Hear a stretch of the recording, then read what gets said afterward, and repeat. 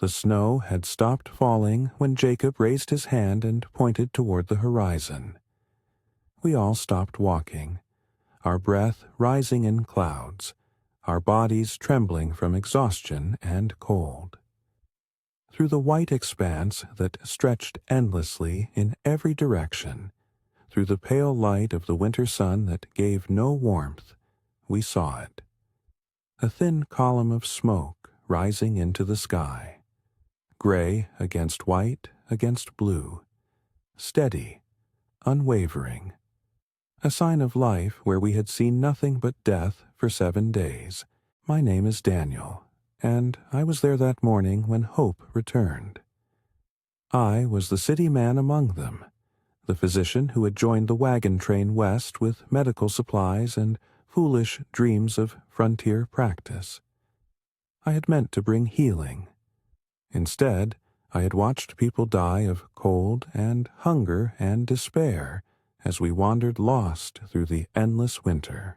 If stories of survival and the unexpected grace found in desperate times speak to you, please subscribe. These tales from history's frozen edges need to be remembered, and your support keeps them alive. The smoke meant people, fire, shelter, food, perhaps. But more than that, it meant we might not die alone in this white wasteland. We had been lost for a week, separated from the main wagon train during a blizzard, our guide dead from fever, our supplies dwindling to nothing. 23 of us had started this journey. 14 remained, and each day I saw the light fading from more eyes. But now, that column of smoke, that impossible gift, that thread of hope pulling us forward through the snow that reached to our knees, that dragged at our legs like hands pulling us down into the white grave we all feared. What I didn't know then was that the smoke would lead us not just to survival, but to a truth I had traveled 3,000 miles to learn without knowing I was searching for it. Captain Henry stood beside Jacob, his weathered face studying the smoke with eyes that had seen too much loss. At 55, he was the oldest among us and our natural leader after our guide had died. He was a man of few words, but every word carried the weight of years spent on this frontier. "How far?" he asked Jacob, his voice rough from days of shouting orders through blizzards. Jacob was young, barely 22, but he had grown up on the frontier and could read the land like city men read newspapers. He squinted at the smoke, measuring distances I couldn't begin to calculate. 4 miles, maybe 5. Hard to say in this light. He looked back at our ragged group. "We can make it by nightfall if we move steady. And if it's abandoned?" That was Margaret, standing with her arm around her daughter Ruth. Margaret had buried her husband 3 days ago, leaving his frozen body wrapped in blankets beneath a cairn of stones we had barely the strength to pile. But she hadn't broken. She kept moving, kept her daughter moving, kept the rest of us moving by her example. "Then we use whatever shelter is there," Captain Henry decided. "But smoke means fire. Fire means someone tending it. We'll find help." I heard the doubt in his voice even if others didn't. I had learned to hear the spaces between words, the truths people tried to hide. As a physician, that skill had served me well. Out here, it was both blessing and curse. We formed our line again, Captain Henry at the front with Jacob, Margaret and Ruth behind them. Then came Thomas and his son, Michael, a boy of 10 who had somehow maintained his spirit despite watching his mother die in childbirth 2 weeks ago. Behind them, old Samuel, not old in years but aged by hardship, a former slave who had come west seeking the freedom the law promised but practice often denied. And beside him, Anna, a young Swedish woman whose husband had died in the blizzard that separated us from the main train. I brought up the rear with Peter, a blacksmith whose hands were still bandaged from frostbite, and Eleanor, a widow of 60 who moved with a determination that shamed younger people who complained. We were the remnants, the survivors, the ones who hadn't yet given up. The snow crunched beneath our feet as we walked. The sun moved across the sky but gave no warmth. The smoke stayed ahead of us, our beacon, our promise. With each step, I felt a strength returning that I didn't know I still possessed. Hope is a powerful medicine. After an hour of walking, Captain Henry raised his hand again. We stopped. He wasn't looking at the smoke now. He was looking at something in the snow ahead. Tracks. Someone came this way recently, Jacob confirmed, kneeling to examine them. Several someones, following a trail we can't see, but they clearly can. The people from the smoke? Margaret asked. Maybe, or hunters from wherever that smoke is rising. Jacob stood, brushing snow from his knees. Either way, we follow. The tracks are fresh. Made this morning, I'd say. What we didn't know then was that we were being watched. Had been watched since we first spotted the smoke.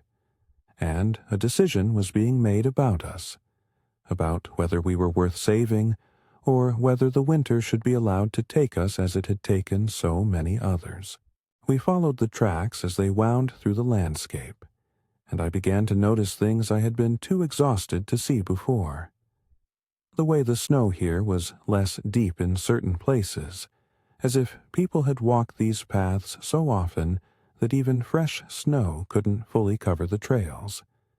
The way certain trees had marks on them, subtle cuts and shapes that meant nothing to me but might mean everything to someone who could read them. This was inhabited land, not empty wilderness. We were walking through someone's home, and we were the strangers here. Young Ruth was the first to see them. She had been quiet since her father's death, speaking only in whispers to her mother. But now she let out a small gasp and pointed to our left.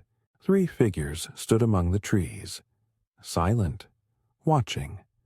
They wore furs and skins in patterns I had never seen, their faces partially hidden by hoods lined with what looked like fox fur. They didn't move, didn't speak, just watched. Captain Henry raised his hand slowly, palm out, the universal gesture of peace. "We mean no harm," he called out, his voice carrying across the snow. "We're lost, separated from our train. We saw your smoke." The figures didn't respond, didn't move. For a long moment, nothing happened. Then one of them, the tallest, raised a hand in what might have been acknowledgement, or might have been dismissal. They turned and walked away, disappearing into the trees with a silence that seemed impossible for people moving through snow. "Should we follow?" Jacob asked quietly. "I don't think we have a choice," Captain Henry replied. "They know we're here now, and that smoke is still our only hope." We continued walking, but the mood had changed. We were no longer simply following smoke toward unknown help. We were entering someone's territory, someone who had watched us, evaluated us, and chosen not to help directly, but also not to turn us away. The smoke grew closer as the afternoon wore on. We could see now that it rose from beyond a ridge, sheltered in what looked like a natural depression in the land. Smart placement, protected from wind, hidden from view until you were almost upon it. As we climbed the ridge, exhaustion and hunger making each step a battle, I heard something that stopped me cold. Music, not imagined, not a trick of wind and tiredness. Real music, voices singing in harmony, a language I didn't recognize but a melody that spoke of home and warmth and community.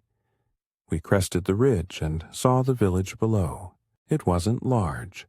Perhaps 20 structures built low to the ground, designed to shed wind and snow. Smoke rose from several of them, and between the buildings I could see people moving. Children playing, dogs running. Life continuing in the middle of this frozen wasteland that had nearly killed us. "My God," Margaret breathed. "They're thriving." That was the word that captured it. Not just surviving, thriving. These people weren't fighting the winter. They were living in it, with it, as naturally as we had lived in our towns and cities before coming west. Captain Henry started down the ridge, and we followed. As we approached, people emerged from the buildings, not aggressive, not welcoming, simply watching, assessing, deciding. An old man stepped forward. His face was weathered like old leather, his eyes sharp despite his age. He wore what looked like ceremonial furs, and when he raised his hand, everyone, both from his village and from our group, stopped moving. He studied us for a long moment, counted us with his eyes, saw our weakness, our desperation, our need. Then he spoke in accented but clear English. "You are far from your path." "Yes," Captain Henry agreed. "We got separated from our wagon train in a blizzard. We've been lost for 7 days." The old man nodded slowly. 7 days is long to survive without knowledge of these lands. You must be strong. He paused, then added, "Or very lucky." "We saw your smoke," Margaret said quietly. It gave us hope. The old man's expression softened slightly. "Hope is good, but hope alone doesn't keep you alive through winter." He looked at each of us again, his gaze lingering on Ruth, on young Michael, on our injuries and our exhaustion. When he spoke again, his voice had changed, become warmer. "My name is Anoki. This is my village. You may shelter here while we decide what to do with you." "We don't want to be a burden," Captain Henry began, but Anoki cut him off with a gesture. "Everything is a burden in winter. The question is whether you are a burden worth bearing." He smiled slightly. "Come, food first, talk later. The winter is patient. It will wait while we eat." We were led into the largest building, and the warmth hit us like a physical force. A fire burned in the center, vented through a clever opening in the roof. Furs and woven mats covered the floor. The space was clean, organized, comfortable despite its simplicity. Women brought us food. A thick soup that tasted of meat and roots and something else I couldn't identify but didn't care. It was hot. It was nourishing. It was the first real meal we had eaten in days. I watched Ruth eat with fierce concentration, watched young Michael's eyes close in pleasure at the warmth and sustenance, watched Eleanor weep quietly as feeling returned to her frozen limbs. No one spoke while we ate. That was the first lesson. Sometimes silence is more generous than words. Let people recover. Let them feel human again before asking them to think or talk or make decisions. When we had finished, when some color had returned to faces that had been gray with cold, Anoki spoke again. "Tell me how you came to be lost. Tell me everything. Then we will see what the winter asks of us." So Captain Henry told our story. How we had been part of a larger wagon train heading west. How a blizzard had hit with terrifying speed. How our section of the train, trying to find shelter, had become separated. How our guide had fallen ill with fever and died despite my best efforts to save him. How we had wandered, trying to find either the main train or some landmark we recognized. How the cold had taken 9 of our people, one by one, until we were the 14 who had seen the smoke. Anoki listened without interrupting. When Captain Henry finished, the old man sat in silence for a long moment, his eyes distant as if consulting some internal wisdom. "The main wagon train passed north of here 5 days ago," he finally said. "They believed you were lost, dead. They had memorial prayers and continued west." The words hit us hard. They had given up on us, assumed we were dead, moved on. We were ghosts now, remnants of people who no longer existed in anyone's plans or thoughts. "Can we catch them?" Jacob asked, his voice tight with emotion. Anoki shook his head. "Not in winter. Not through these lands. They are 10 days ahead of you now, maybe more. And the passes to the west will close soon with snow. Anyone traveling now risks being trapped." "So what do we do?" Margaret asked.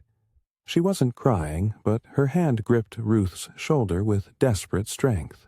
"You survive winter here, with us.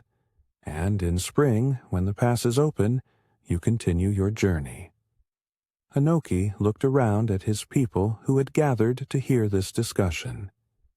"If you prove worthy of the gift of survival." "Worthy how?" I asked. It was the first time I had spoken, and Anoki's sharp eyes fixed on me.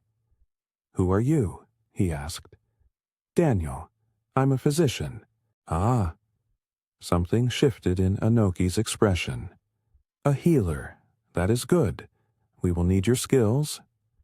He stood, a gesture that clearly signaled the meeting was ending. "Tonight, you sleep. Tomorrow we see if you can learn, if you can work, if you can become part of this place instead of just being visitors who take from it." "We can work," Captain Henry assured him. "All of us. Whatever you need.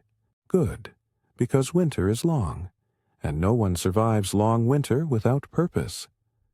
Anoki paused at the entrance. "One more thing. We have rules here. Simple rules. You will learn them. You will follow them. Because here, breaking rules doesn't just hurt you. It hurts everyone. Understood?" We all nodded. "Then welcome to our winter home," Anoki said. "May you leave it in spring as better people than you arrived." He left, and we were shown to a smaller building where we could sleep. It was warm, dry, and safe. 3 things we had almost forgotten existed. As I lay down on furs that smelled of smoke and animal and earth, I thought about Anoki's words. "May you leave as better people than you arrived." What did that mean? What would we need to become? I would spend the next 5 months learning the answer.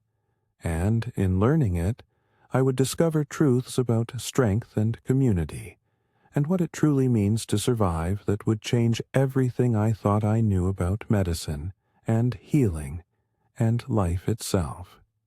But that night, I simply slept. And for the first time in 7 days, I didn't dream of death. Morning came with the sound of activity. I woke to find most of our group already awake, looking uncertain about what to do. Through the doorway, I could see villagers moving with purpose, carrying wood, checking supplies, tending to tasks with practiced efficiency. A young man appeared in our doorway. He was perhaps 25, with an easy smile that made him seem younger. "I'm Dakota," he said in English that had a musical quality to it. "Anoki sent me to teach you the morning routine. Come." We followed him into the cold morning air. The sun was rising, painting the snow pink and gold.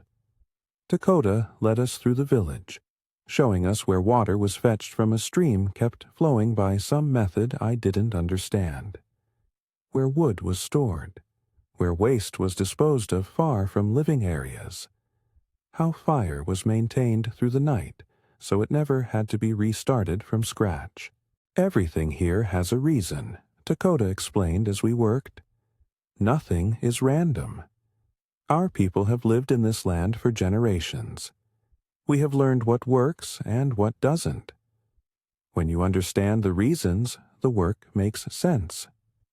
Young Michael was fascinated by everything, asking questions that Dakota answered with patient good humor. Ruth stayed close to her mother but was watching, absorbing. Old Samuel worked alongside us with quiet competence, and I noticed Dakota watching him with respect. "You know work," Dakota observed to Samuel. "I've known work my whole life," Samuel replied quietly. "Just finally getting to choose it for myself." Dakota nodded as if this made perfect sense. "Then you will fit well here. We value those who work without complaining."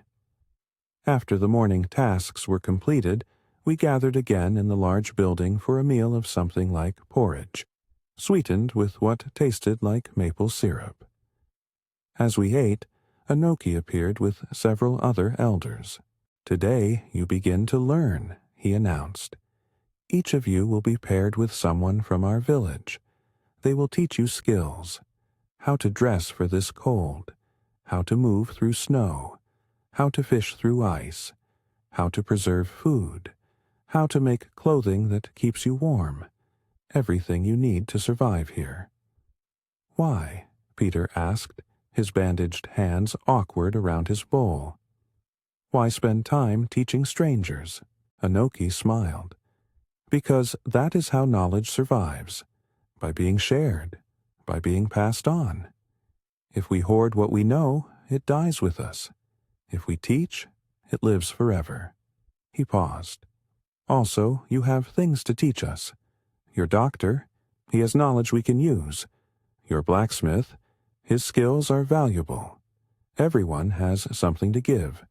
That is what community means."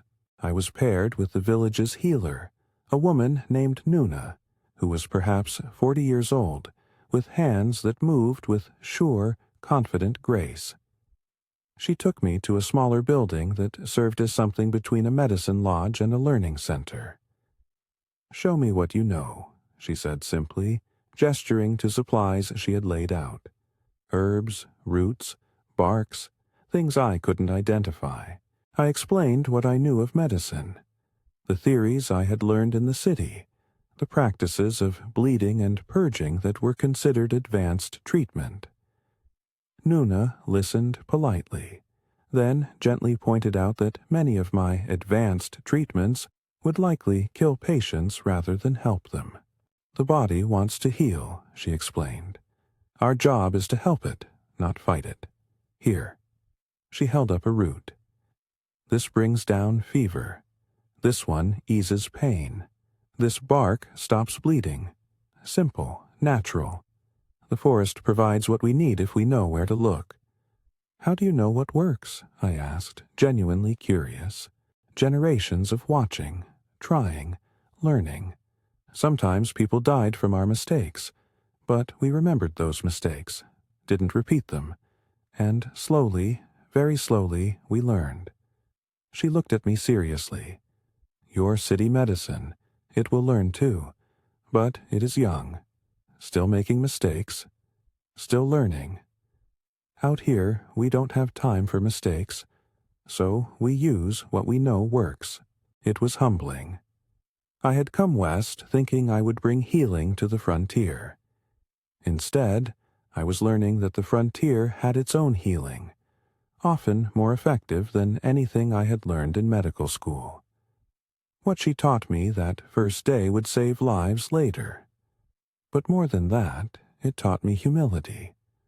Taught me that knowledge comes from many sources, and the wisdom to recognize useful knowledge wherever you find it is more valuable than pride in what you already know.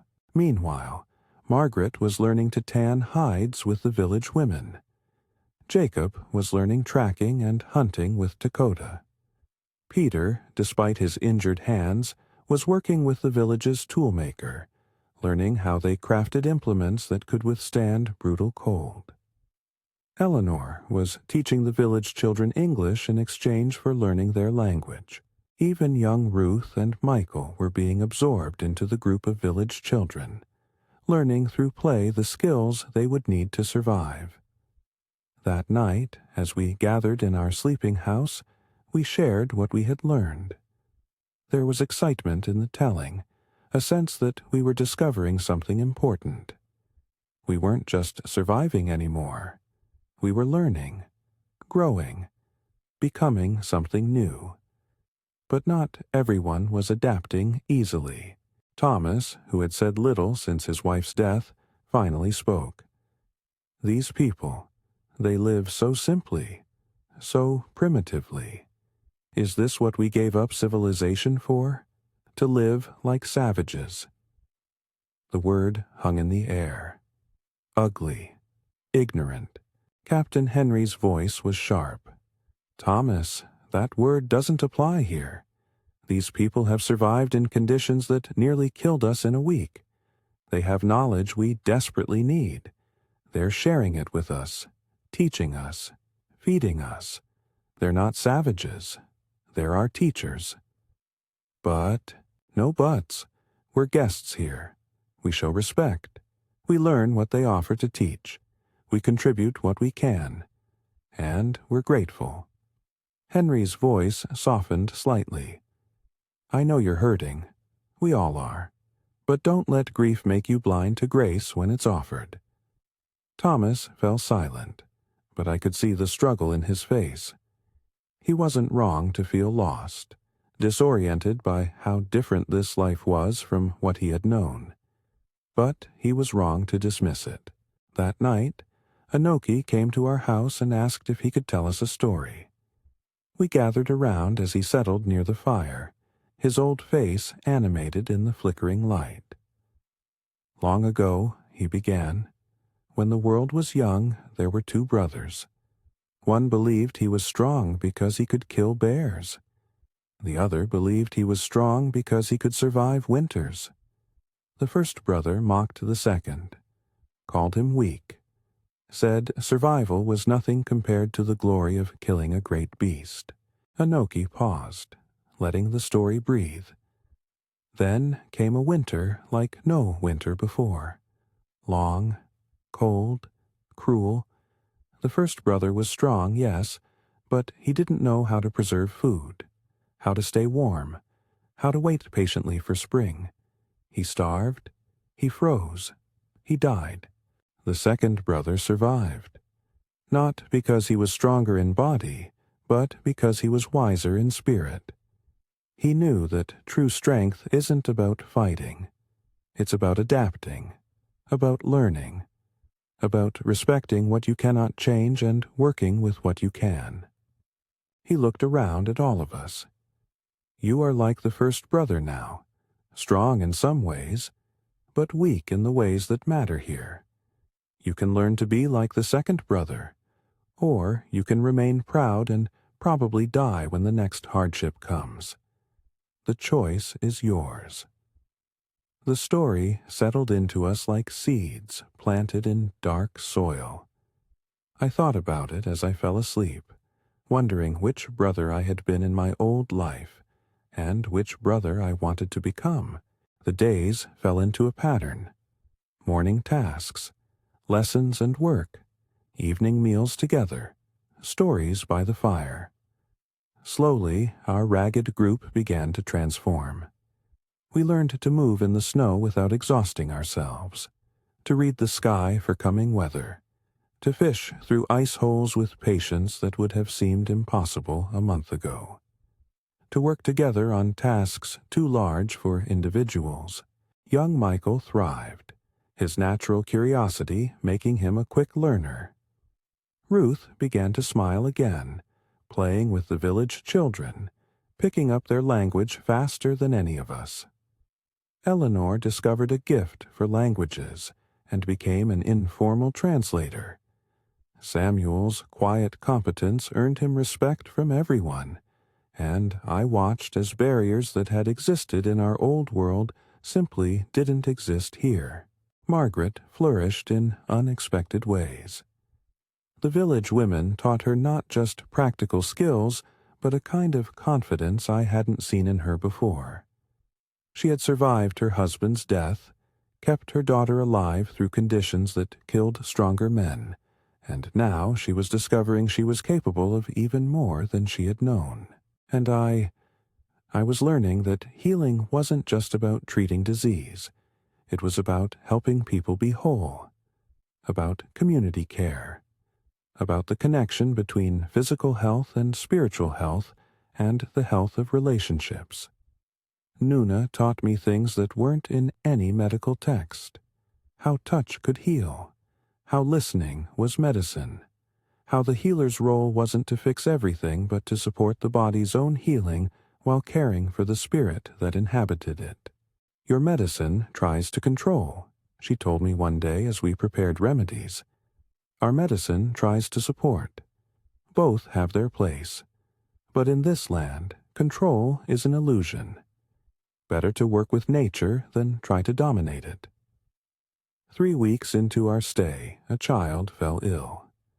One of the village children, a girl of perhaps 6, named Isti. She developed a fever and a cough that sounded like death rattling in her small chest. Nuna and I worked together, combining what she knew with what I knew. I had medicine in my bag that could help with infection. She had herbs that could ease breathing and reduce fever. Together, we created treatments neither of us could have managed alone. For 2 days and nights, we took turns sitting with Isti, monitoring her breathing, adjusting treatments, simply being present so she knew she wasn't alone. Margaret and the other village women brought us food. Anoki came by to check on us, his old face worried but trusting. On the 3rd day, the fever broke. Isti's breathing eased. Color returned to her face. She would live. When we finally left her sleeping peacefully with her grateful parents, Nuna turned to me with tears in her eyes. "Thank you," she said simply. "Your medicine saved her." "Our medicine saved her," I corrected gently. "Yours and mine together. Neither of us could have done it alone." She nodded, understanding. And in that moment, I felt something shift inside me. I wasn't the city doctor bringing civilization to the wilderness anymore. I was a partner in healing, learning as much as I taught, receiving as much as I gave. That night, Anoki called the whole village together, including our group. He announced that Isti would recover, and the celebration that followed was like nothing I had ever experienced. There was singing and dancing, and food brought out from winter stores. Children played. Adults laughed. And for a few hours, the cold and hardship and difficulty of survival faded away, replaced by pure joy at life continuing. I watched Thomas that night, saw him holding young Michael close, saw the way he was beginning to soften, to let go of whatever anger had been poisoning him since his wife's death. Saw him actually smile when one of the village children showed Michael a game they were playing. Anoki noticed me watching and came to stand beside me. "He is healing," the old man observed quietly. "Yes," I agreed, though not from any medicine I gave him. The best healing rarely comes from medicine. It comes from being part of something larger than yourself, from purpose, from connection, from love. He looked at me. "You understand this now, I think." "I'm beginning to," I admitted. "Good, because winter is only half over, and the hardest part is still to come." His words proved prophetic. As we moved deeper into winter, the cold intensified. Storms came more frequently. Food stores began to run lower. The easy abundance of autumn was gone, replaced by the careful rationing of deep winter. This was when the real test began, when the lessons we had learned would be tested, when we would discover if we had truly changed or if we were still just visitors playing at belonging. The storm hit without warning. One moment the sky was clear. The next, wind was howling and snow was falling so thick you couldn't see your hand in front of your face. Those of us outside, working, teaching, learning, suddenly found ourselves in a white chaos where every direction looked the same. I heard Dakota's voice cutting through the wind. "Hold hands. Form a chain. Follow my voice." We grabbed whoever was nearest. I felt Margaret's hand grip mine. Felt someone else. Samuel, I thought, grab my other hand. We shuffled through the blinding snow, following Dakota's voice, trusting completely that he knew where he was going. What felt like hours, but was probably only minutes later, we stumbled into the large building. Everyone was accounted for. No one lost, no one injured. We had survived because we had trusted, because we had worked together, because we had learned to follow someone who knew better than we did. As the storm raged outside, Anoki began to teach us songs, simple songs in their language, songs about endurance, about waiting, about the promise that winter always, eventually, ends. We sang together, villagers and newcomers, natives and strangers, people who had been strangers 6 weeks ago but were becoming family now. And as we sang, I understood something profound. This was what survival truly meant. Not just keeping your body alive, but keeping your spirit alive, your humanity, your connection to others.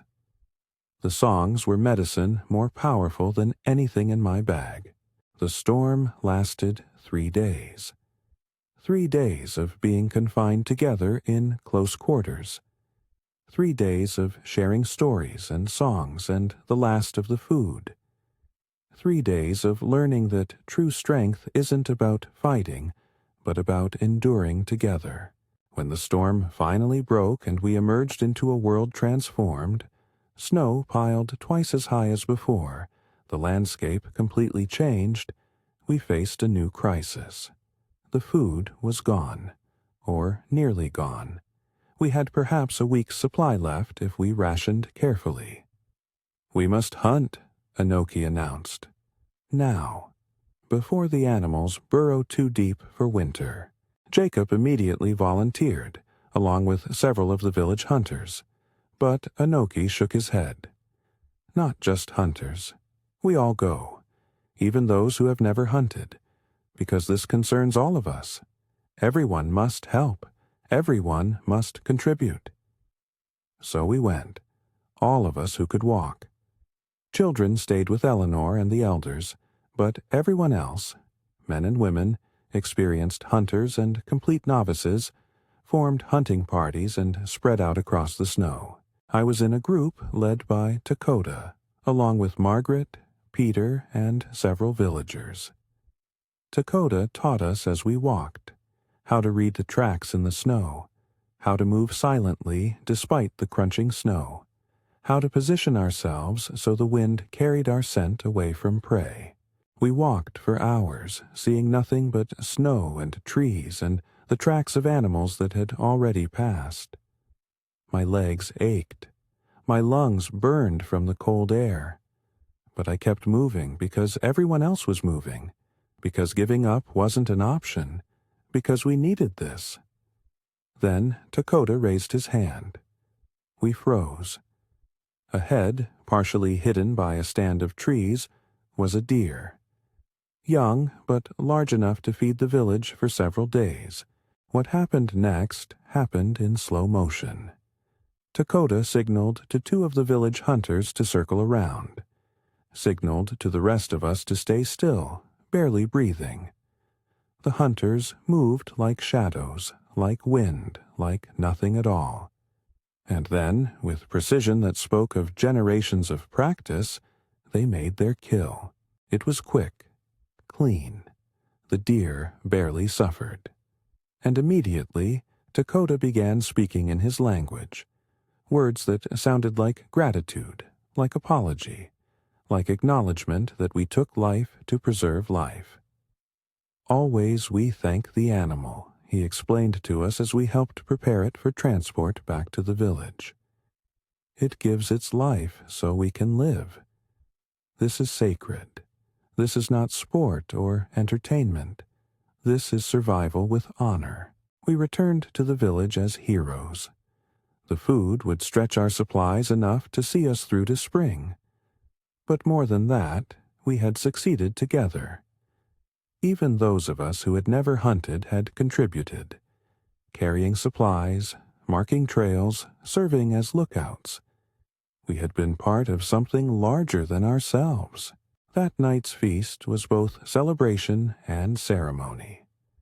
Anoki led prayers over the meat, thanking the deer, thanking the hunters, thanking the winter for the test, and the spring for the promise of return. And then he did something that surprised us all. He called Captain Henry forward and presented him with a gift, a knife made from stone, beautifully crafted, clearly valuable. You and your people have proven worthy, Anoki said formally. You came as strangers seeking help. You stayed as students learning. You have become family. This knife is a symbol. You are no longer visitors. You are people of this place. While you remain with us, you belong here. Captain Henry accepted the knife with visible emotion. Thank you, he managed, for everything, for teaching us, for accepting us, for showing us what true community means. You showed us too, Anoki replied. Your doctor's medicine saved Isti. Your blacksmith has repaired tools we thought beyond repair. Your women have shared knowledge and skills we lacked. This has been an exchange, not charity. That is how it should be. As the celebration continued, I found myself sitting beside Nuna, watching the dancing and singing. I don't want to leave, I admitted quietly. When spring comes and we can rejoin civilization, part of me wants to stay here. Then stay, she said simply. Some do. Outsiders who find they fit better here than in the world they left. Not many, but some. Is that allowed? Everything is allowed if it serves the community. If you stay, you would be our healer. We need that. It would be welcomed. She looked at me seriously. But you should think carefully. This life is hard. Beautiful, but hard. And you would be choosing to be separate from your people, your culture, forever. Would I? I challenged gently. Or would I just be choosing a different culture? One that values different things but is no less valid? She smiled. You have learned well, Daniel. You ask the right questions now. Winter deepened further. We passed the solstice, the longest night of the year, with ceremony and song. Anoki told stories about how the sun would return, how spring was a promise the earth always kept, how patience was the greatest virtue in this land. The children, both village children and Ruth and Michael, performed a dance they had learned together. Watching them, seeing how seamlessly they had integrated, I realized something important. Children adapt faster than adults because they don't carry the weight of what should be. They simply accept what is and work with it. Adults could learn from that. Thomas had transformed completely. The angry, grieving man who had called these people savages was gone, replaced by someone humble and teachful. He had apprenticed himself to one of the village's craftsmen, learning to make the tools and implements that survival required. His hands, which had held his dying wife, now created things that gave life. One night, he thanked me for saving him. I was dying inside, he admitted, eaten by grief and anger. This place, these people, they pulled me back, gave me purpose again, gave me a reason to care about tomorrow. They gave all of us that, I replied. Some of us just needed it more obviously than others. As winter slowly began to ease, the days growing imperceptibly longer, the quality of light starting to change, we faced our final test. It was Samuel who first noticed something wrong. He came to Captain Henry one morning with concern on his face. "The meat stores are going bad," he reported. "Something got in. Rats, maybe. Or the cold wasn't consistent. At least a third of what we had left is spoiled." This was disaster. We were still weeks away from when animals would emerge from winter dens, when fishing would become possible again in the streams. The food we had carefully rationed was suddenly much less than we thought. Anoki called a council, village elders and representatives from our group. We sat in the large building and faced the truth. We didn't have enough food for everyone to make it to spring. "What are our options?" Captain Henry asked. Anoki didn't sugarcoat the reality. "We can ration more strictly. Everyone eats less. This will make us weak, but might stretch supplies enough." "Or," Margaret asked, "or some of us leave now. Try to reach other villages. Spread out the burden so no one place has to carry it all." "That's a death sentence," Jacob protested. "The snow is still too deep, the cold too severe. Anyone leaving now—" "Might die," Anoki agreed. "But if we all stay, we might all die, or become so weakened that when spring comes we cannot recover." He looked around at all of us. "This is the choice winter gives us. There are no good options, only less bad ones." The discussion went on for hours. Different people proposed different solutions. We inventoried everything we had multiple times, hoping to find resources we had missed. We talked about hunting again, though Dakota explained that game was nearly impossible to find this deep in winter. It was Eleanor who finally spoke the truth we had all been avoiding. "Some of us are more valuable than others right now. The children must survive. They're the future. The hunters are essential. The healers, the leaders, the rest of us." She paused. "The rest of us are optional." "No one is optional," Captain Henry said firmly. "We're a community. We survive together or not at all." "That's a beautiful sentiment," Eleanor replied gently. "But it's not practical. If we all die because we refuse to make hard choices, we've accomplished nothing. Better that some of us sacrifice so others can live." "This is not your culture," Anoki said quietly. "This is not your decision to make. You do not understand what you are offering." "Then explain it to us," Margaret said. "Help us understand." What Anoki told us then was difficult to hear. In their culture, when food became scarce, the elders would sometimes choose to walk out into the winter. Not because they were forced, but because they chose to ensure younger generations survived. It was considered an honorable death, a final gift to the community.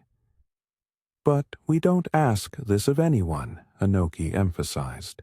"We never demand sacrifice, and certainly not from guests, from those we have welcomed into our homes. What if we volunteered?" Eleanor asked. "What if some of us chose?" "Then we would honor that choice," Anoki said slowly. "But we would also grieve it, because every life has value, every person matters, and losing anyone diminishes us all." The meeting ended without resolution, but the question hung over us like the storm clouds that always seem to be gathering on the horizon. That night, I couldn't sleep. I walked outside into the cold, needing to think, to process, to understand what the right choice was. I found Nuna already there, standing in the moonlight that reflected off the snow with almost painful brightness. "You're thinking about staying," she said without preamble. "Not just staying through spring, staying forever. How did you know? I see how you look at this place, at the people. You found something here you never had in your old life. I have, I admitted. Purpose, connection, a sense of being part of something larger than myself. But if you stay, someone else might have to leave to make room for you. Your survival might cost someone else's life. Yes. The word was barely a whisper. She was quiet for a long moment. Then, you know what Anoki would say, that the community would decide together, that no one person's life is worth more or less than another, that we find a way for everyone to survive, or we acknowledge we failed. But practically, we ration more. We all get weaker, and we hope spring comes before we become too weak to recover. She looked at me. That's what we'll do, because that's who we are. We don't abandon our people, not visitors, not guests, not even strangers who wandered in from the snow. Once you're here, you're ours to protect. Even if it costs you? Especially then, because that's what community means. Caring for each other, even when, especially when, it's difficult. The next morning, Anoki announced the decision. We would ration more strictly. No one would leave. No one would be sacrificed. We would face spring together, weak but alive, diminished but whole. And somehow, impossibly, we made it work. The days crawled by with aching slowness. We were hungry constantly, weak, irritable, but we shared the hardship equally. The village elders ate the same small portions as everyone else. The children received no special treatment beyond what small extra the adults could squeeze from their own rations. Nuna taught me about plants that could be found even under snow if you knew where to look. Roots and barks that provided some nutrition, though not much. We supplemented our diet with these meager findings, every small contribution helping stretch what little we had. Thomas and the craftsmen made ice fishing more efficient, creating better tools that allowed us to catch fish even in the depth of winter.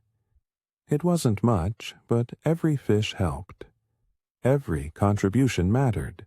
Margaret organized the children, both village children and Ruth and Michael, into foraging parties that searched for anything edible. Pine nuts, seeds, anything the snow had buried. Their small hands and sharp eyes found things adults missed. And slowly, gradually, the days began to lengthen. The quality of light changed. The cold, while still severe, lost its killing edge.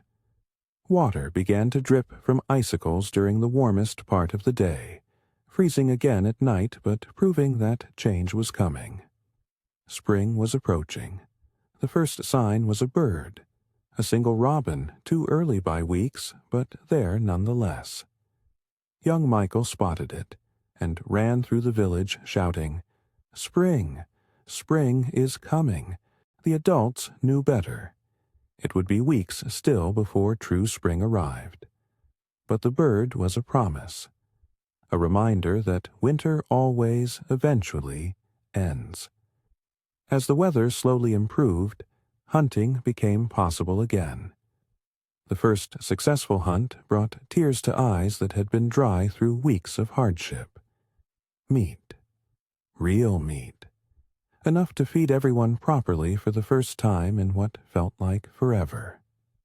We celebrated that night with an intensity born of relief and survival. We had made it. Against odds that should have killed us, through hardship that broke stronger people, we had survived. And more than that, we had survived together. No one abandoned, no one sacrificed. Everyone carrying everyone else through the darkest days.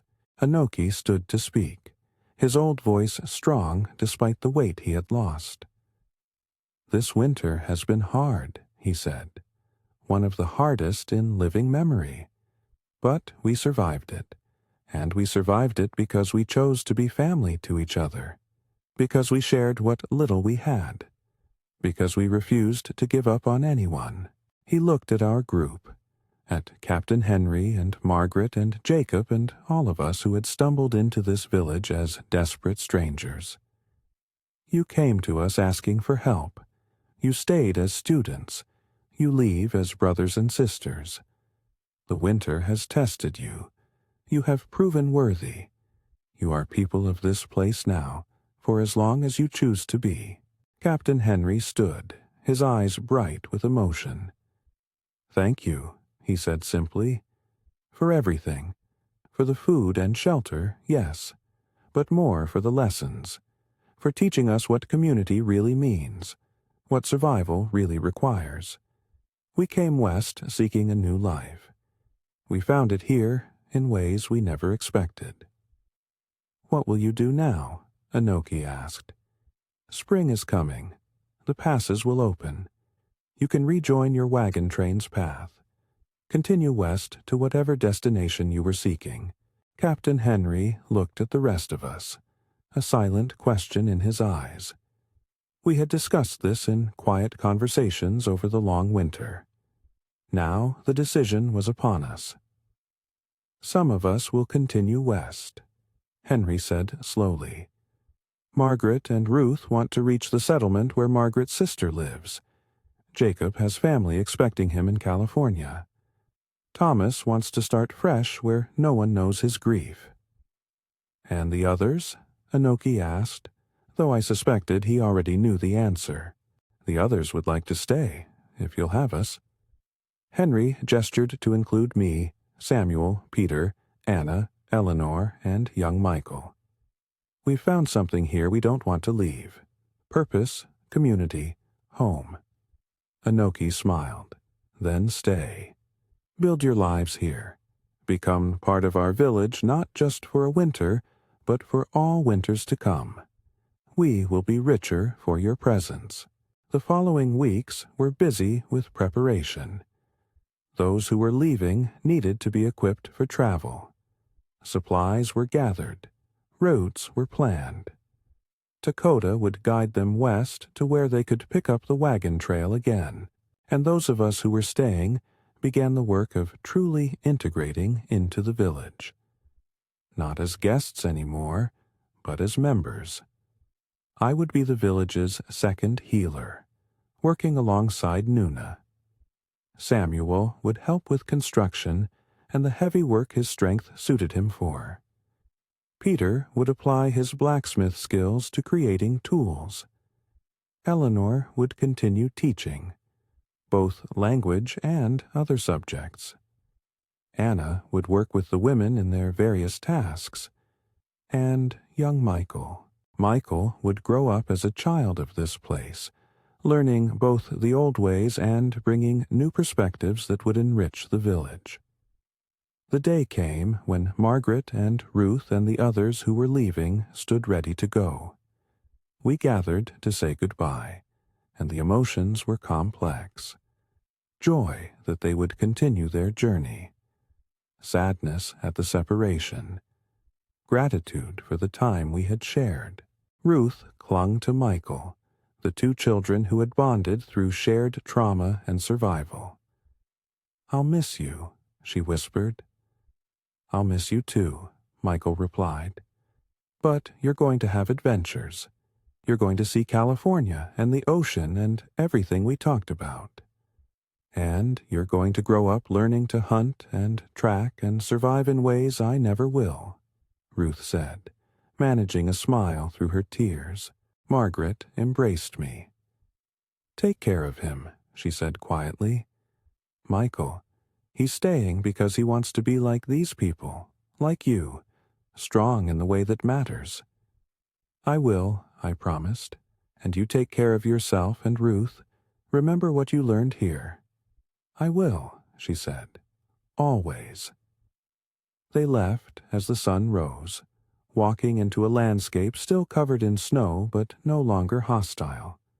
Dakota led them west, his confident stride assuring us he would see them safely to the wagon trail. We stood watching until they were out of sight. Then we turned back to the village that was now truly our home. The weeks that followed brought more change than I could have imagined. As spring truly arrived, the snow melted, water flowed, green appeared on the landscape like a miracle. Animals emerged from winter dens. Birds returned in flocks that darkened the sky. Life, which had been holding its breath through winter, exploded in abundance, and the village came alive in new ways. Work that had been impossible through winter now demanded attention.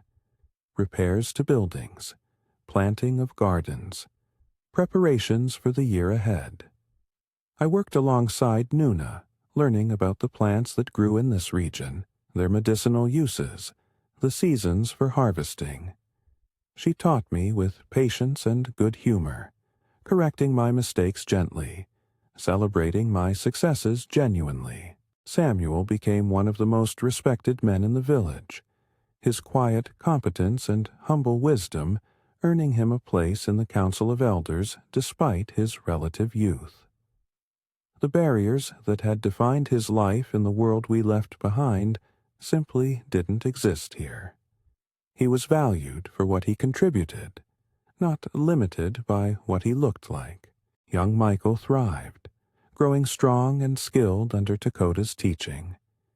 He was becoming something remarkable, a bridge between cultures, someone who understood both the world he came from and the world he now inhabited. And I found a peace I had never known in my old life. A sense of purpose that came not from treating disease, but from being part of a community that valued health in all its forms, physical, spiritual, communal. One evening, as I sat with Anoki watching the sunset paint the mountains gold and purple, he asked me a question. Do you regret staying? Do you wonder what your life would have been if you had continued west? I thought about it carefully before answering.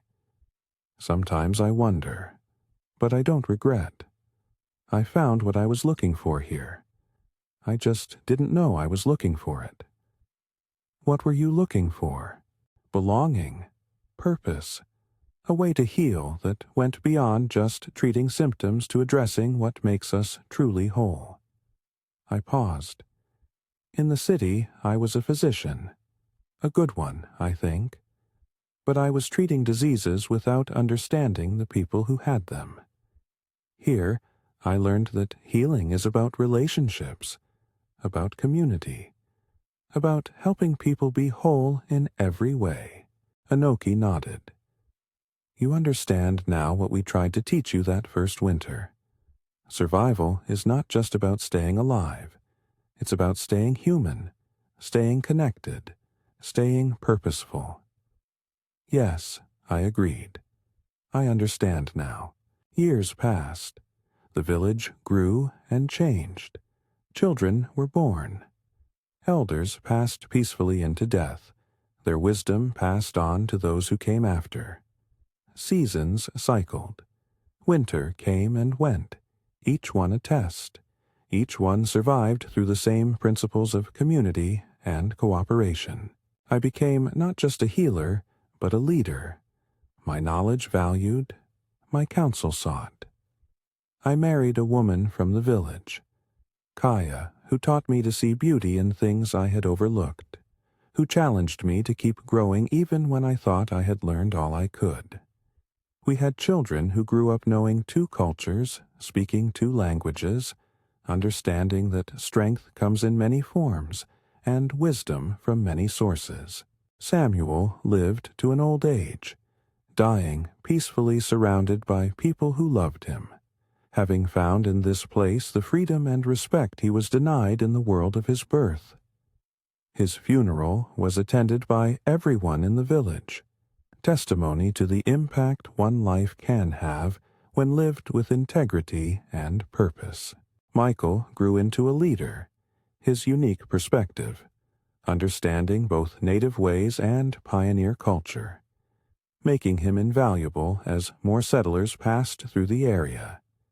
He became a bridge, a translator not just of languages, but of values and understanding.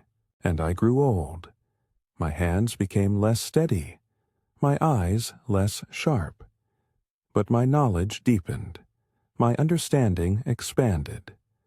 I trained others to take my place, passing on what Nuna had taught me along with what I had learned in medical school, creating a blend that was richer than either tradition alone. I'm an old man now, sitting on a hillside above the village, watching smoke rise from the buildings below. The same smoke that saved my life all those years ago when I was a desperate, lost stranger wandering through snow that wanted to kill me. Young people come to me for stories, for wisdom, for understanding of how things came to be the way they are. And I tell them about that winter, about the column of smoke we saw before hope died, about the people who took us in and taught us to survive not just in body, but in spirit. Tell us about the before time, a young girl asks me. She's the granddaughter of one of the village children who befriended Michael all those years ago. When you lived in the city, was it better there? Not better, I tell her honestly. Different. Easier in some ways. Warmer buildings, more food, less physical hardship, but harder in others. Lonelier, more isolated, less connected to anything real. Do you miss it? Sometimes I miss things about it, but I wouldn't go back. This is my home. These are my people. This is where I belong. She considers this. Grandfather says you saved many lives with your medicine. I helped heal bodies, I correct gently.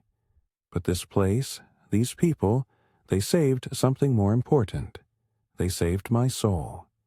They taught me what it means to be truly alive, truly human, truly connected to something larger than myself. The sun is setting now, painting the world in shades of gold and red. Smoke rises from the village, and I can hear the sounds of evening. Children playing, women calling, men laughing, the daily sounds of life continuing. I think about that moment so many years ago when we saw the smoke, when it represented our last hope, when we were strangers stumbling through snow, desperate and dying and lost. We were saved by that smoke, by the people who made it, by the community that took us in and taught us not just to survive, but to thrive. And in turn, we brought gifts to them. New knowledge, new perspectives, new connections that enriched everyone. That's the lesson I try to pass on to the young people who come to me. That survival is never solitary, that we need each other, not just for practical help, but for purpose and meaning and connection. That being willing to learn from others, to admit you don't have all the answers, to accept help graciously, is a form of strength, not weakness. The column of smoke saved our lives that day. But what it represented, community, cooperation, the willingness to share what little you have with strangers, that saved something more precious than our lives. It saved our humanity. And that lesson, passed from generation to generation, shared between cultures, lived out daily in small acts of kindness and care. That's what ensures survival in the deepest sense. Not just making it through winter, but making it through as people who care for each other, who value each other, who understand that we are all connected, all dependent on each other, all responsible for each other. The smoke has long since faded from that day so many years ago. But what it represented burns on. In the lives we've built, in the community we've maintained, in the values we've passed on to those who come after us. Before hope died, the pioneers saw the column of smoke, and in following it, they found not just survival but transformation, not just shelter but home, not just strangers but family. This is my story, our story, the story of what happens when desperate people are met with generosity instead of rejection, when strangers are welcomed instead of turned away, when community is valued over individual comfort. It's a story that continues, carried forward by each generation that learns the lessons we learned in that harsh winter so long ago. The smoke rises, the village lives, the connections endure, and that, in the end, is what survival really means. If this story of transformation and the power of community resonated with you, please subscribe to hear more tales from history's frozen edges.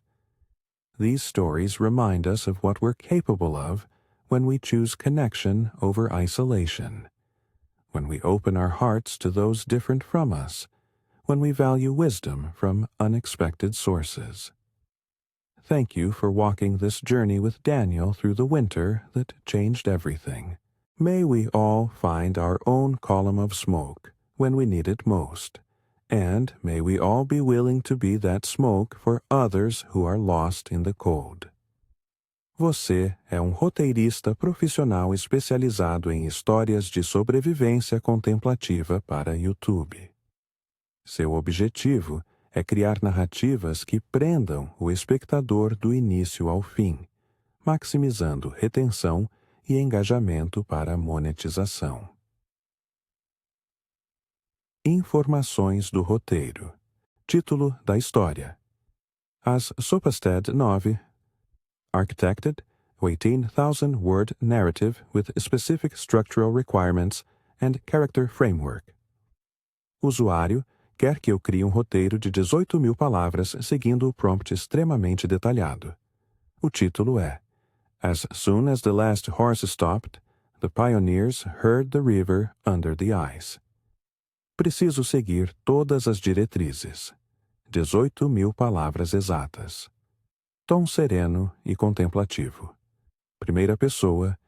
Gancho cinematográfico nos primeiros 100 palavras. CTA de inscrição no terceiro parágrafo cliffhangers a cada 250 palavras. Protagonista outsider que é acolhido. Mínimo 6 personagens de apoio. Histórias dentro da história, ancião. Momento clímax com salvação coletiva. Epílogo com passagem de tempo, sem divisões de cena. O usuário pediu especificamente. Vou criar a história de um protagonista que se junta a pioneiros e aprende sobre sobrevivência com um povo que conhece o gelo e os rios congelados. Personagens. Líder sábio. Captain Silas. Mulher forte. Rebecca jovem guia. Lars ancião contador de histórias. Old Henrik cético. James criança. Little Anna protagonista. Robert, outsider, médico ou cartógrafo talvez. Vou começar com o gancho sobre os cavalos parando e ouvirem o rio sob o gelo. The river beneath the ice. The last horse stopped as if it knew something we didn't. Its breath rose in thick clouds. Hooves planted firmly on the frozen surface, refusing to take another step. We all stopped behind it, 17 pioneers in a line stretching across the vast white plain, and in the sudden silence, we heard it. Water, moving beneath us. A river flowing under the ice, hidden but present, its current whispering secrets about the land we thought we understood. My name is Robert, and I was there that winter morning when everything I believed about survival was proven wrong. I was the map maker among them, the educated city man who had joined this expedition with clean paper and careful plans, thinking I could chart this frozen wilderness the way I had charted harbors and trade routes back east. I had thought maps were truth. I was about to learn they were only guesses. If you're drawn to stories of transformation and the wisdom found in the harshest places, please subscribe. These tales from the edge of survival deserve to be remembered, and your support keeps them alive for others who need to hear them. The sound of the water beneath the ice was subtle but unmistakable once you knew to listen for it. Like breathing. Like the land itself was alive beneath the frozen surface. Captain Silas raised his hand, signaling everyone to stay still, and we obeyed because in 3 months of travel we had learned that his instincts kept us alive when our own would have killed us. He was perhaps 55 years old, his face weathered by decades on the frontier, his gray beard crusted with ice. He rarely spoke, but when he did, every word mattered. Now he knelt slowly, placing his ear against the ice, listening with a focus that made the rest of us hold our breath. What I didn't know then was that this moment, this discovery of the river beneath our feet, would become a metaphor for everything I would learn in the months to come. About hidden currents, about what lies beneath surfaces, about how survival requires seeing beyond the obvious. Captain Silas stood, his expression thoughtful. "The ice is thick enough," he said finally. "But we don't cross here. We follow the river upstream until we find where it's frozen solid to the bottom. How do you know there is such a place?" That was James, the skeptic of our group. He was a merchant from Philadelphia, here because he thought he could make his fortune trading with settlements in the north. He questioned everything, trusted nothing, believed only in what he could see and touch. "Because rivers in this land freeze in patterns," Silas replied, with the patience of someone who had answered such questions 1,000 times. "Fast water runs deep. Slow water freezes through. We find the slow water. We cross there." "And if we don't find it before dark?" James pressed. "Then we camp and look tomorrow. The river's not going anywhere. Neither are we." Silas gestured to Lars, the young guide who had joined us when we entered this frozen territory a month ago. "Lars, take point. Look for landmarks, places where the banks narrow, where ice might form thicker." Lars nodded, his young face serious with responsibility.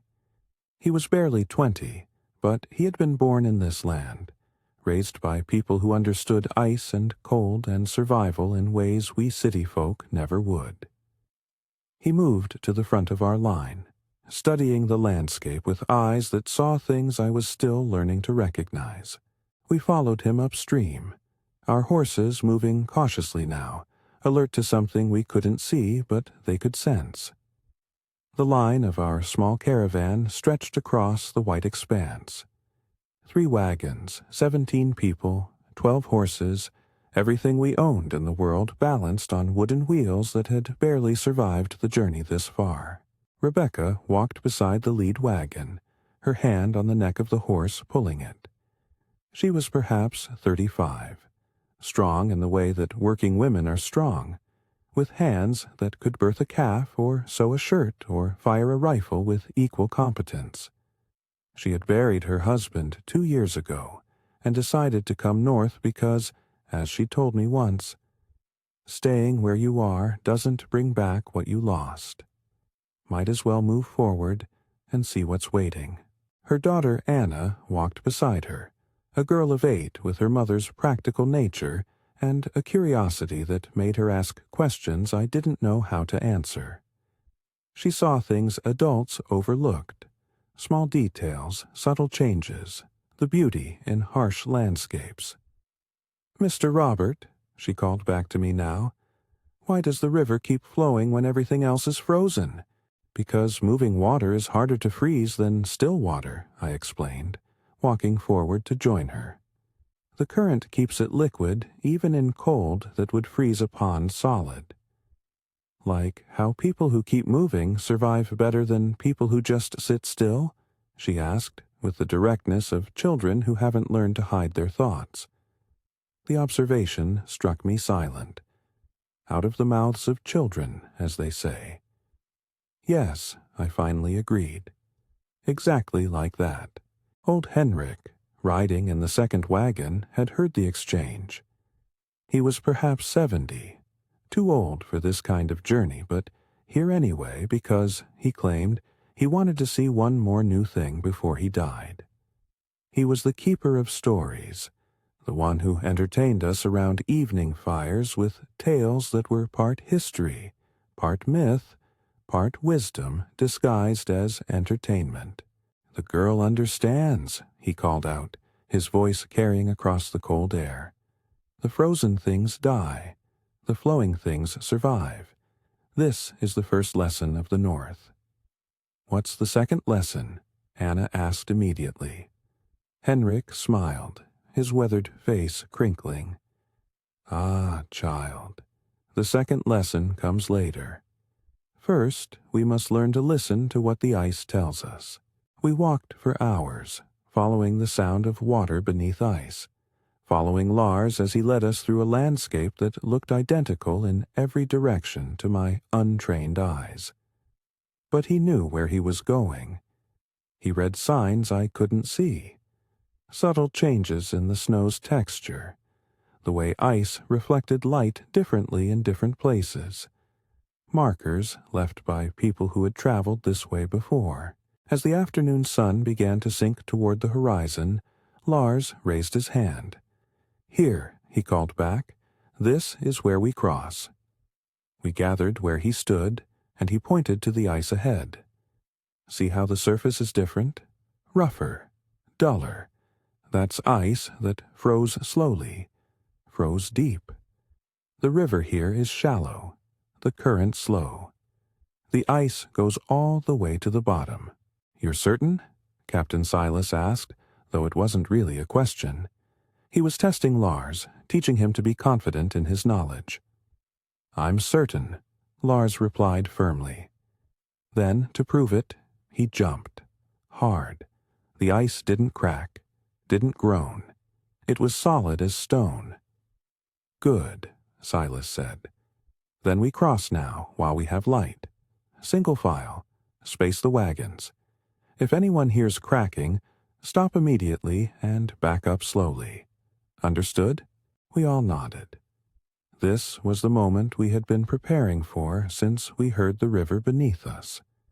This was the test. What I didn't know then was that this crossing would become something more than just a physical challenge. It would become the moment when our group truly became a community. When we stopped being individuals traveling the same path and became something larger, something stronger, something that could survive what was coming. Lars crossed first, walking backward so he could watch the ice for any signs of weakness. When he reached the far side safely, he gestured for the rest of us to follow. Captain Silas went next, leading his horse. Then Rebecca with Anna walking beside her. Then the first wagon, James driving, his face tight with fear he was trying to hide. I went with the second wagon, walking beside old Henrik. The ice was thick beneath our feet, solid and reassuring, but I could still hear it. The river, flowing beneath us, hidden but present, alive in a land that seemed dead. "It teaches us something, this river," Henrik said quietly as we walked. "That what we see on the surface is not always the truth.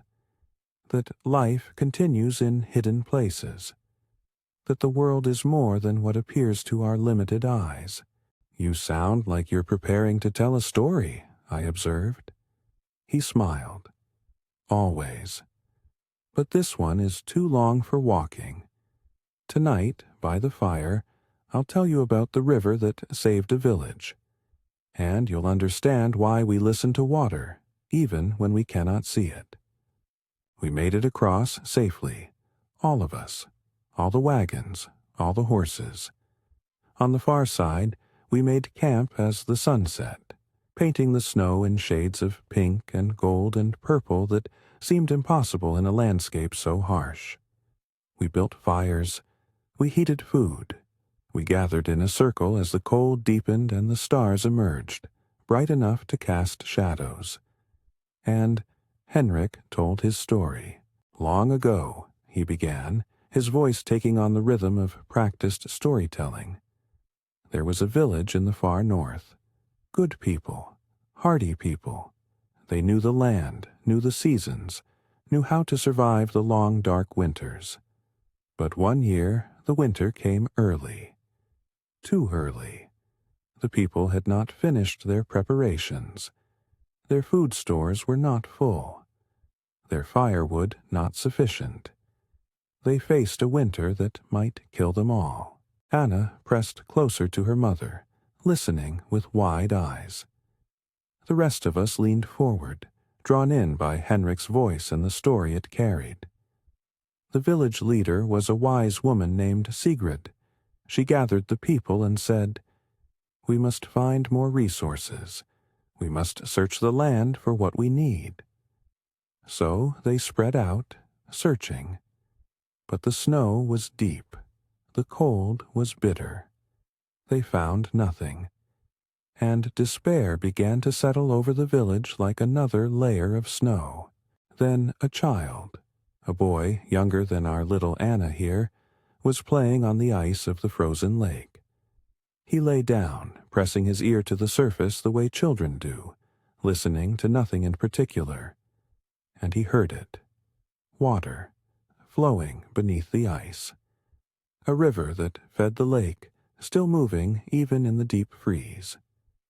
Henrik paused, letting the connection to our own day settle in. The boy told Sigrid. She didn't dismiss him. She didn't say he was too young to know anything. She listened, and she understood. Where there was flowing water, there were fish, even in winter, even in the coldest times. She organized the people. They cut holes in the ice. They fished, and they caught enough to survive the winter. Because a child had listened, because a leader had trusted, because they had learned to hear what was hidden beneath the surface. Did they survive? Anna asked, though the story's shape made the answer obvious. They survived, Henrik confirmed. And more than that, they learned. Every winter after, they listened for the rivers. They learned to read the ice, to understand where water flowed and where it was still. They became people who survived not through strength, but through knowledge, through paying attention, through respecting what they could not see. The story settled over us like a blessing, simple, but carrying truths that went deeper than words. "Is that a true story?" James asked, his skepticism automatic but less sharp than usual. Henrik shrugged. "True enough. I heard it from my grandmother, who heard it from hers. The details change in the telling, but the lesson remains constant. Listen to what you cannot see. Trust what you cannot prove. Know that the world is deeper than surfaces. And that," Captain Silas added, "is why we follow Lars even when his knowledge comes from instinct rather than maps. Why we trust Rebecca's weather sense even when the sky looks clear. Why we listen to Henrik's stories even when they seem like children's tales. Because survival here requires more than what we can see. It requires wisdom. We slept that night with the sound of the river in our dreams, even though we were now far from its banks. The next morning brought new challenges. A storm building on the horizon, supplies running lower than we'd hoped, the cold deepening as we traveled further north. But we faced them together. And somehow, that made all the difference. Over the following weeks, I began to understand what I was really learning. It wasn't just survival skills. How to read ice, how to preserve food, how to keep a fire alive in wind that wanted to kill it. It was a different way of seeing, a different way of being in the world. Lars taught me to track by teaching me to see the world as animals see it, where food is, where danger hides, where safety might be found. "Don't look for the animal," he would say. Look for where the animal would want to be. Then go there. Rebecca taught me about weather by teaching me to feel it before it arrived. The air changes, she explained one morning as we prepared to break camp. Gets heavier, smells different. The horses sense it first, but humans can learn to feel it too if they pay attention. How long do we have? I asked, seeing the concern in her face. Hours, maybe until afternoon. We should make distance while we can. She was right, of course. The storm hit just after midday, and because we had listened to her, we had time to find shelter. A rock overhang that protected us and the horses from the worst of the wind. Even James was beginning to soften his skepticism. He still questioned, but now it was to learn rather than to dismiss. He worked alongside Lars, learning to identify edible plants even in winter, learning to preserve meat, learning the 1,000 small skills that meant the difference between life and death in this land. And Anna was thriving in ways that surprised everyone. She had become something like the expedition's scout, her small size and sharp eyes allowing her to spot things adults missed. She found water sources. She identified animal tracks. She seemed to understand instinctively what Lars had to teach deliberately. She would have made a good native, Lars told me one evening as we watched her play with shadows by the firelight. She has the right spirit. Curious, observant, respectful of what she doesn't know. Aren't we all natives somewhere? I asked. He considered this. Maybe. But some people remain native wherever they go. They adapt. They learn. They become part of places instead of just visiting them. He looked at me. You're becoming that way, Robert. I've watched you change these past months. You're starting to see the land instead of just looking at it. His words meant more to me than I could express. Because he was right. I was changing. The careful map-maker who had started this journey, convinced that knowledge came from books and measurements, was becoming someone different. Someone who understood that the most important knowledge couldn't be written down or measured. It could only be lived. But our greatest test was still to come. We had been following a valley northward, making good time despite the cold and the challenging terrain. Our plan was to reach a trading post before the deepest winter set in, resupply there, and then decide whether to push on or wait for spring. But one morning we woke to find that the valley ahead had changed. Overnight, a massive amount of snow had fallen on the mountain slopes above us. And now, as the sun warmed the day slightly, we could hear it.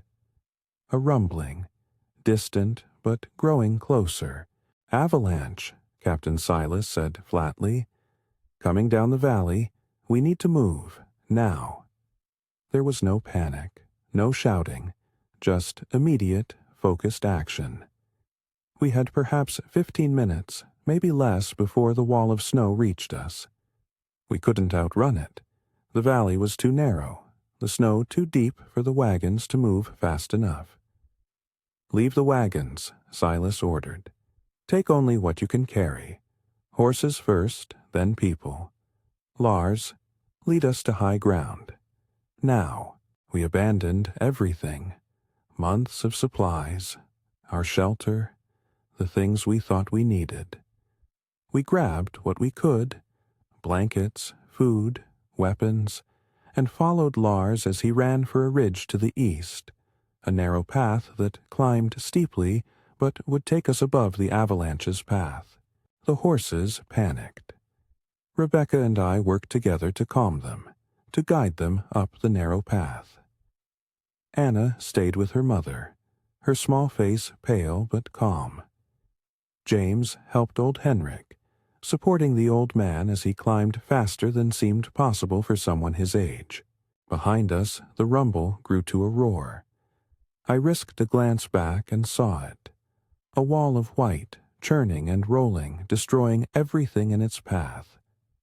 Our wagons disappeared in seconds, crushed and buried. The valley we had been following simply ceased to exist, filled with snow and debris and destruction. We climbed. My lungs burned. My legs screamed. But we climbed because stopping meant death. Lars was ahead, finding the path, testing each step, guiding us to safety. Captain Silas brought up the rear, making sure no one fell behind, that no one was left. And finally, gasping and exhausted, we reached the ridge. High enough, safe enough. We collapsed in the snow, watching as the avalanche continued below us, spending its force against the valley walls. When it finally stopped, when the snow settled and the roar faded to silence, we looked at each other and understood. We had lost everything except our lives, and somehow that was enough. "Well," old Henrik said, breaking the silence with a hoarse laugh. That was exciting. My heart hasn't beat that fast in 30 years. His laughter was infectious. Soon we were all laughing, not from humor, but from relief, from surviving, from the absurd joy of being alive when we should have been dead. "What now?" James asked when the laughter faded. It was a genuine question without his usual edge of doubt. Captain Silas surveyed our situation with calm practicality. "Now we survive with what we have. We make camp here. We ration food. We keep each other warm. And tomorrow we figure out the next step." "The trading post is still 3 days ahead," Lars said. "Maybe 4 in these conditions. But we can make it, if we work together, if we share what little we have." "Then that's what we do," Rebecca said firmly. "We've come too far to give up now." That night, huddled together for warmth with almost nothing between us and the cold, old Henrik told another story. About people who had lost everything but each other. About how sometimes losing everything material is what allows you to discover what really matters. "Things are just things," he said softly. "They can be replaced. But people, the bonds between people, those are what actually keep us alive. Not blankets or food or wagons. The willingness to share, to help, to care for each other. That's what survival really means." I thought about the river we had heard beneath the ice all those weeks ago. About Henrik's story of the village that survived by listening. About how the most important things are often hidden beneath the surface, requiring us to pay attention in ways that don't come naturally. We had lost our wagons, our supplies, everything we had carried into this wilderness. But we had gained something too. A understanding that we were stronger together than we ever could be alone. That survival wasn't about having enough resources. It was about sharing whatever you had, no matter how little. Over the next 4 days, we traveled with almost nothing. We caught fish through ice holes, just like in Henrik's story. We found shelter in caves and overhangs. We burned dried dung when we couldn't find wood. We did things I would have thought impossible a few months ago. And we survived. When we finally stumbled into the trading post, 17 people, 12 horses, carrying only what we wore and what we could hold in our hands, the trader stared at us in disbelief. "Where's your wagon train?" he asked. "Buried," Captain Silas replied simply.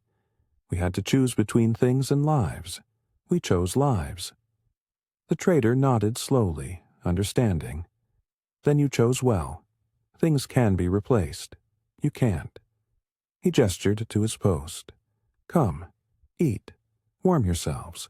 We'll figure out the rest later." The warmth of the trading post felt like heaven after weeks of bitter cold. The food, simple stew and bread, tasted better than any feast I had eaten in civilization. But more than the physical comfort what overwhelmed me was the sense of accomplishment. We had made it. Against all odds, despite losing everything, we had survived. That night, as we sat around the trader's fire, he asked us about our journey. Captain Silas told the story simply, without embellishment. The river beneath the ice. Henrik's tale of the village. The avalanche that took everything but our lives. The 4 days of traveling with nothing but each other. The trader listened with the attention of someone who understood what we had been through. When Silas finished, he said, "You're rich people, then." James laughed, a bitter sound. "Rich? We have nothing. We lost everything." "No," the trader corrected gently. "You have each other. You have knowledge. You have the experience of surviving when you shouldn't have. That's worth more than any wagon full of goods, because goods can be stolen or lost or destroyed. But what you've learned, what you've become, no one can take that from you." His words settled over us like a benediction, and I realized he was right. I had started this journey as a map maker, thinking I would chart unknown territory. Instead, the territory had charted me, had mapped the contours of my character, had shown me what I was capable of when everything else was stripped away. We stayed at the trading post for 2 weeks, recovering our strength, making decisions about what came next. The trader offered to outfit us with new supplies if we would work for him through the winter. Some accepted, James among them, finding he had a talent for trading that he'd never explored in his old life. But some of us, me, Lars, Rebecca, and Anna, old Henrik, decided to continue north. Not because we had to, because we wanted to, because the journey had become more important than the destination, because we had become people who needed to see what was beyond the next ridge, what was waiting in the unknown territory ahead. Captain Silas chose to stay with those who remained, his journey finally complete. But before we left, he pulled me aside. "You've come far, Robert," he said. "Further than I expected when you joined us with your clean paper and your city clothes. You've become someone who belongs in this land." "I learned from good teachers," I replied. "No, you learned by being willing to learn. That's different. Many people travel through wilderness without ever really seeing it, without ever letting it change them. You allowed yourself to be changed. That's courage." He handed me something, a compass. "For your maps," he said. "May they lead you true." I accepted it, understanding the weight of the gift, not just the object, but what it represented. Recognition, respect, acceptance into a community I had once only observed from the outside. We left at dawn, a smaller group now, but no less determined. The winter stretched ahead of us, unknown and challenging. But we faced it with confidence born from survival, with knowledge earned through hardship, with bonds forged in the crucible of shared struggle. Lars led us north, following paths only he could see. Rebecca read the weather, keeping us ahead of the worst storms. Old Henrik kept our spirits up with his endless store of stories, each one carrying wisdom disguised as entertainment. Anna scouted ahead, her young eyes sharp for dangers and opportunities, and I mapped. But not the way I had before. I didn't just record distances and landmarks. I recorded knowledge, how ice sounds when it's thick enough to cross, where to find food in the depths of winter, which plants can heal and which can harm, the signs that predict weather changes, the tracks that indicate danger or opportunity. I was creating a different kind of map, one that showed not just where things were, but how to survive in the spaces between them. A map that could save lives, because it contained wisdom rather than just measurements. We encountered others as we traveled, other groups moving through the wilderness, some native to the land, others newcomers like we had been.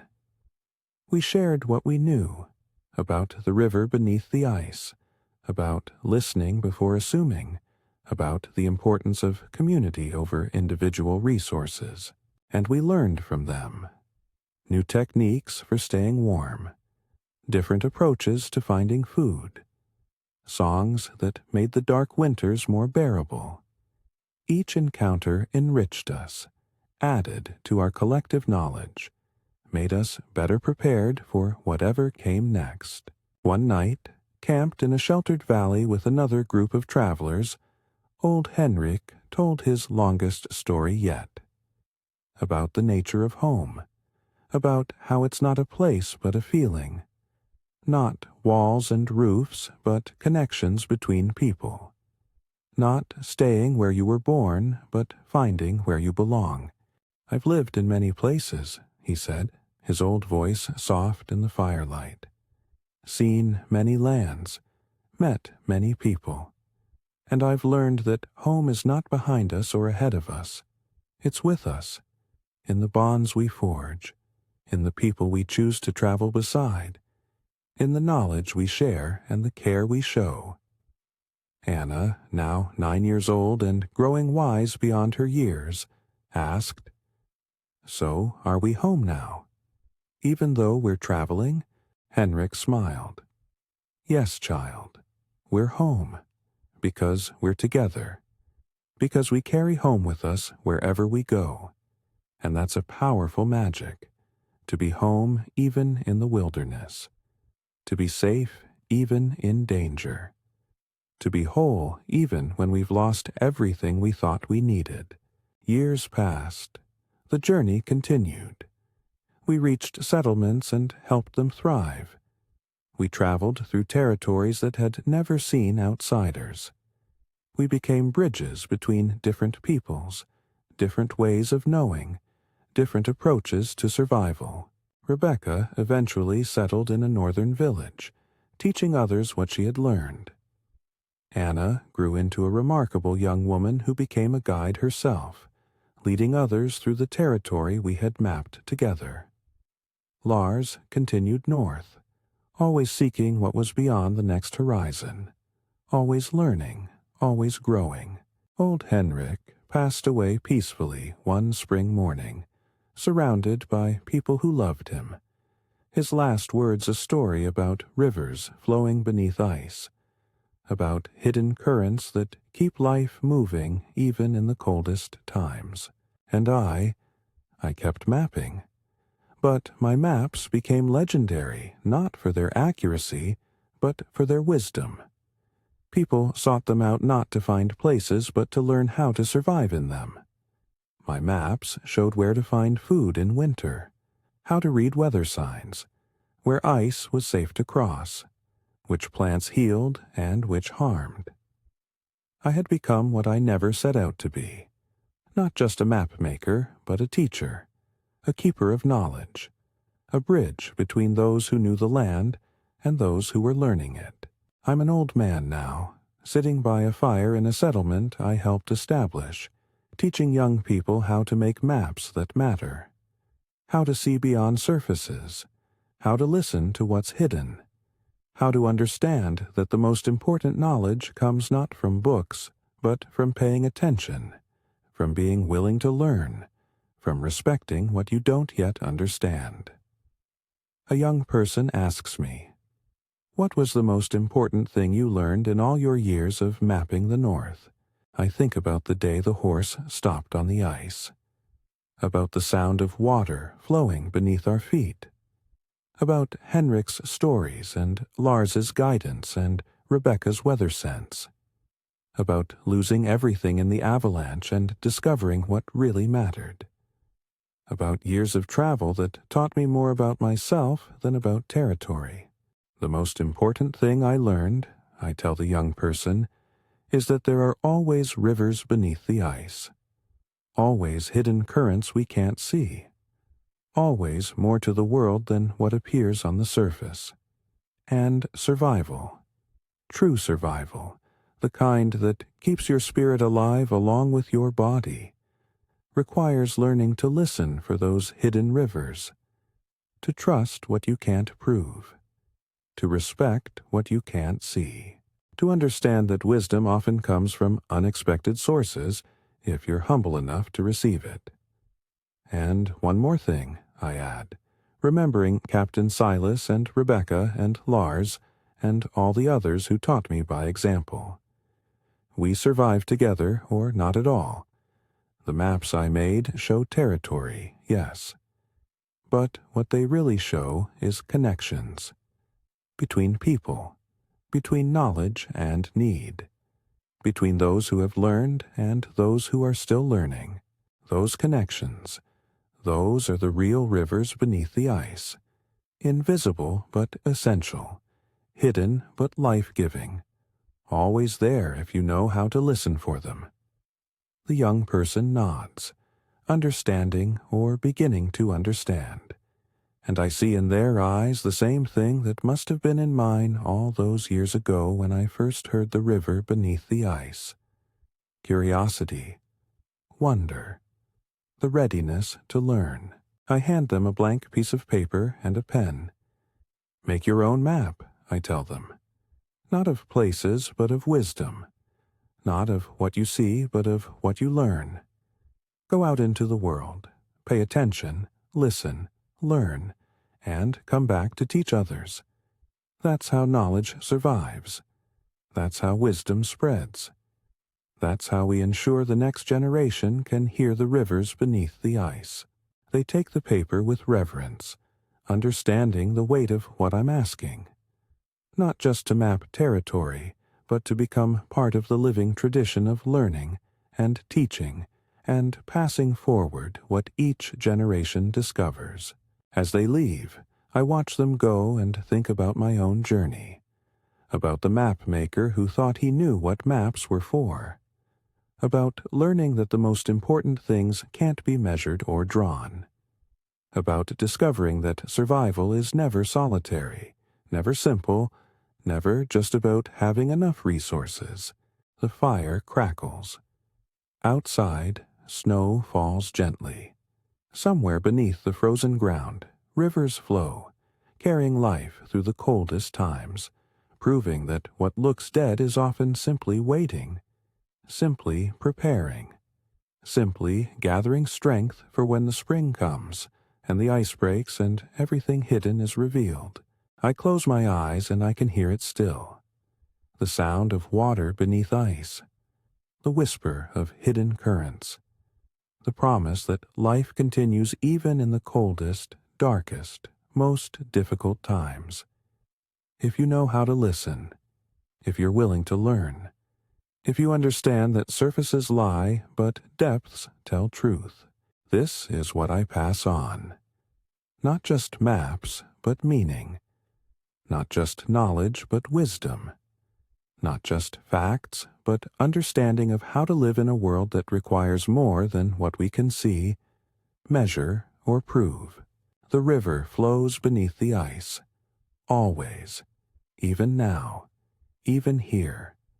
And those who learn to hear it, those who develop the sensitivity to detect what's hidden, the humility to trust what they can't explain, the courage to follow where instinct and wisdom lead, they're the ones who survive, who thrive, who help others do the same. This is my story.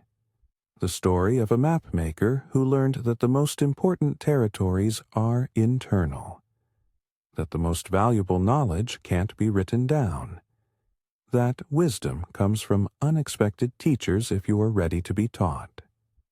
The last horse stopped that morning so many years ago, and in the silence that followed, I heard something that changed everything. A river beneath ice, a current beneath surface, a truth beneath appearance. I'm still listening for those rivers, still learning what they have to teach, still passing forward what I've learned to those who come after, because that's what matters in the end. Not the territories we map, but the wisdom we share. Not the places we discover, but the truths we uncover. Not the distances we travel, but the connections we forge with others who journey beside us. The river flows, hidden but present, invisible but essential. Always there beneath the ice of our certainties, our assumptions, our limited understanding. Listen for it, trust it, follow where it leads, and share what you learn with those who are still learning to hear. If this story of hidden currents and shared wisdom resonated with you, please subscribe. These tales from the frontier of human experience need to be told and retold, passed forward like the knowledge they contain. Your support helps ensure these lessons survive for those who need them next. Thank you for traveling this journey with Robert. May you always hear the rivers beneath the ice in your own life, and may you have the courage to follow where they lead.